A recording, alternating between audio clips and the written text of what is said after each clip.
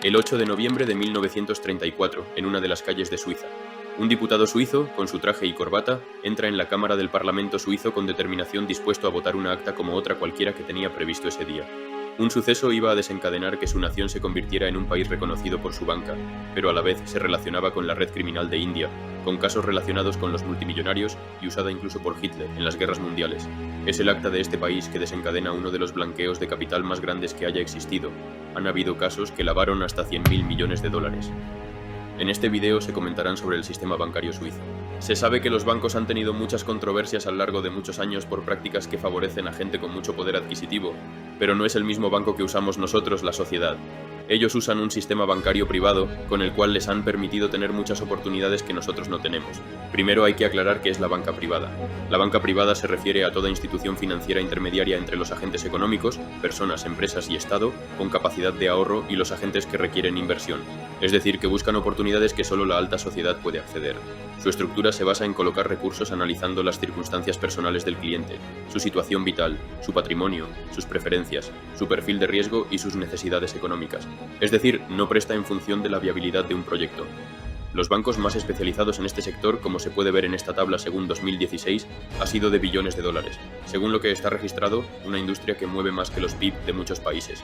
Pero se estima que pueden haber unos 100 billones que se hacen en trastienda, es decir, sin registrar por beneficios y evasión fiscal. ¿Cómo comenzó el concepto de banca privada? El concepto de banco privado comenzó a surgir en el siglo XVIII, en Ginebra, un pueblo de Suiza.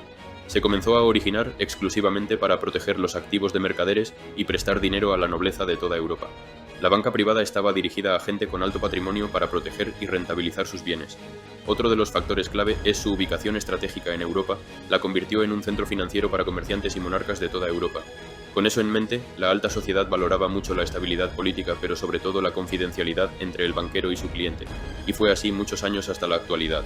Hoy en día, comenzaron a imponer presiones de terceros países para que comenzaran a revelar información con el pretexto de perseguir a los criminales. La primera condición de todas ha sido su estabilidad política desde su fundación como nación, por lo cual ha sido un pilar fundamental para su desarrollo. Este país ha mantenido un sistema político que se basa según las provincias para votar en el Senado. Es decir, no se basan en la cantidad de gente que vota a un partido para gobernar, sino en las regiones se aprueban las leyes que se harán mediante unas elecciones. La democracia directa, donde sus habitantes pueden influir en todas las decisiones que se toman, ha producido una gran estabilidad entre la población.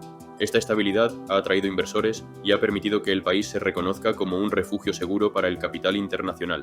La neutralidad perpetua de Suiza, que se escribió formalmente reconocida en el Congreso de Viena de 1815, ha sido otro factor clave para su importancia global. Al mantenerse neutral ante las dos guerras mundiales que se impusieron, le ha permitido evitar los devastadores efectos de las guerras.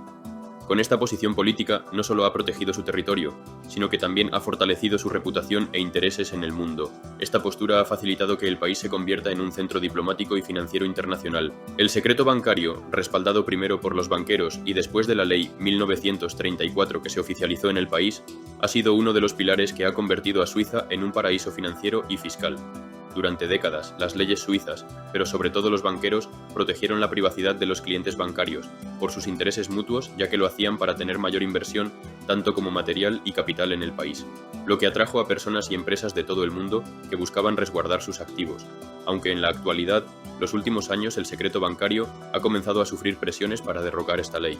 Con todo esto, la solidez del sistema financiero suizo, reconocido por su transparencia y estabilidad, sigue siendo un referente global. El franco suizo, con las abreviaturas de CHF, es reconocido internacionalmente como una de las monedas más fuertes y estables del mundo, con lo cual a todos los países que tengan esta moneda les facilita mucho el comercio global, ya que está respaldada con el banco que tiene mayor control sobre la inflación y el valor monetario que tiene.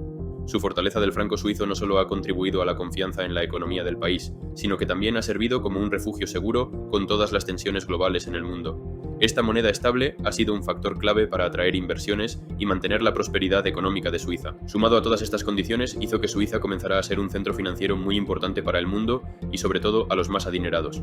Tras el éxito del secreto bancario, hay muchos narcotraficantes que a través de rutas que abarcan desde India hasta Indonesia han estado transportando dinero, joyas y mucho oro para estar lavándolo en ese país. El sistema es este. Tras hacer el negocio, los narcotraficantes han estado transfiriendo dinero a través de rutas terrestres para ir camuflando el dinero de origen. y después lo guardan en los bancos suizos, ya que con el secreto bancario en regla no pueden investigar mucho del lugar de origen de esos fondos. A través de investigaciones policiales se han detectado cuentas de Rafael Trujillo, un dictador de República Dominicana, Mohammad Reza Pahlaví, el último rey de Irán. Se han estado aprovechando de esas lagunas fiscales que están en ese sistema.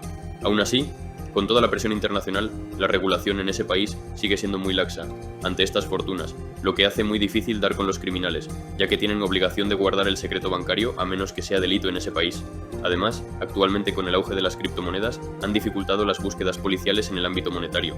Tras descubrir el blanqueamiento de dinero por parte de la Unión Europea, obligó a las autoridades suizas a desclasificar información sensible del criminal, por lo cual la credibilidad de los bancos suizos comenzó a decaer, lo que resultó la quiebra del Credit Suisse, el segundo banco más importante de la nación. Las autoridades, al ver eso, no rescataron a ese banco, dejando que el UBS y otros bancos privados financiaron la compra del banco antes que no haya solución. Con esto en mente, los mercados internacionales que tenían como referente a la banca bajaron las inversiones y los depósitos bancarios por temor a más quiebras. ¿Cómo es la situación actual de la banca suiza? ¿Sigue teniendo relevancia? ¿Se ha estado recuperando después de la quiebra del segundo banco más importante del sector? ¿Se sigue considerando un país por su fiabilidad bancaria y su neutralidad? Por ejemplo, actualmente con el aumento de los riesgos por guerras y las gestiones de estados del tercer mundo, ha habido unas tasas desorbitantes de inflación en la economía global. La gente que quiere proteger a esos activos lo hace mediante monedas más estables, como el dólar, el euro, con una inflación más baja de toda la historia. Por ejemplo, en el año pasado la inflación se situaba entre el 0,7% y 1,7%, comparado con los países europeos que está entre el 7,5%, es decir, que juega en otra división. Ese país precisamente es Suiza, con récords de tener la moneda más fuerte del mundo. Por ejemplo, como se puede ver en esta tabla, se compara la inflación entre el euro, una de las monedas más importantes, y el franco suizo. Ya sé que estáis pensando muchos, os parece que tener 1% de inflación no es no tenerla. Pero en su historia, en el 70% de su inflación, son cifras negativas. En el concepto técnico, se puede considerar que el país está acostumbrado a la deflación, que significa que los precios bajen de forma generalizada año tras año. No es que Suiza no imprima dinero, sino que imprime de forma descontrolada a unos niveles de 700 millones de francos suizos en 2022. Es decir, que ha multiplicado por 4 la cifra que imprimía hace 10 años. En conclusión, Suiza sigue siendo un país atractivo para las empresas y millonarios que quieran proteger sus activos en un país más seguro, aunque tienen en cuenta que su credibilidad ya no era como lo que era antes. Llegaste hasta aquí, gracias. ¿Qué te pareció este video? Cuéntame en los comentarios, me encantaría saber tu opinión, y si te ha gustado, suscríbete para no perderte lo que viene. Esto acaba de empezar.